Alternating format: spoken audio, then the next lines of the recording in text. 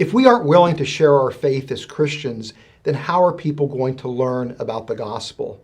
I think many Christians feel the thrust of that concern, but yet they are still hesitant to share their faith with non-believers. What can we do to help Christians become more effective at evangelism?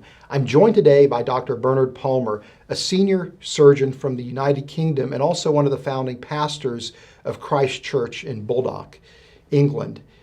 Dr. Palmer is a practiced and skilled evangelist who's going to help us be more effective at sharing the gospel. Dr. Palmer, we have been talking about a metaphor that you've developed that's a very powerful metaphor about stepping stones, which are evidences that we can use to guide a non-believer from one bank of the river to the other bank of the river where they would embrace the Christian faith and become part of the kingdom of God. And the first group of stepping stones that we are dealing with are stepping stones that relate to the idea of what would the world look like if there wasn't a God? What are the consequences if there wasn't a God? And we've been talking about things like morality and truth and logic and reason.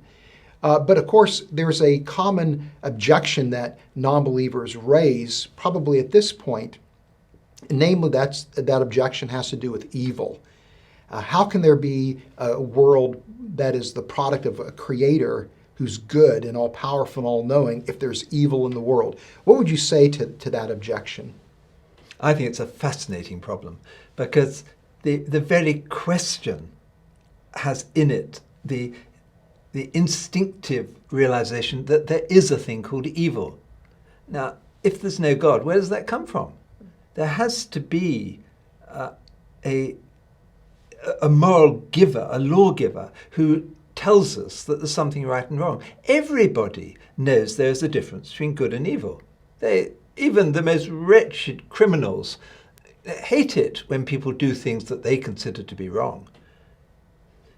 It's a very interesting issue. If there is no evil, then where do you get any values from?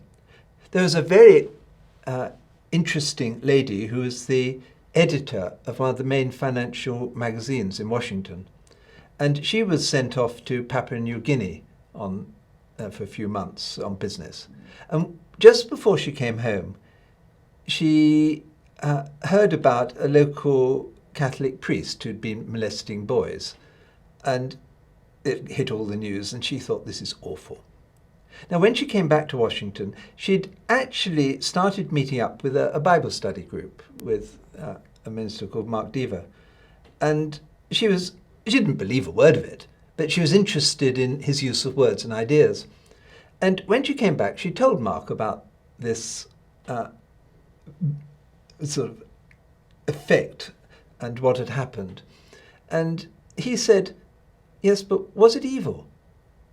And she thought, well, she was an existentialist. She said, well, it can't be evil. It's somehow, maybe it's the consequences of the way he's brought up, and this is a natural development of it. Perhaps he was molested as a child himself.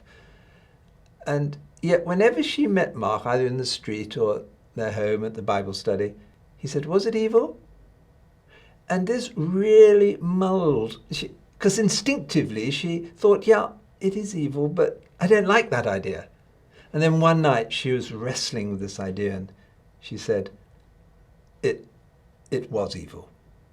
And it wasn't very long after that she came to realize that actually she did things that were wrong too. She was selfish in her being.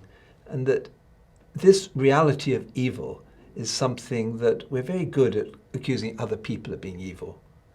But when we actually look at it very honestly, we realize, yeah, that is a problem I've got too.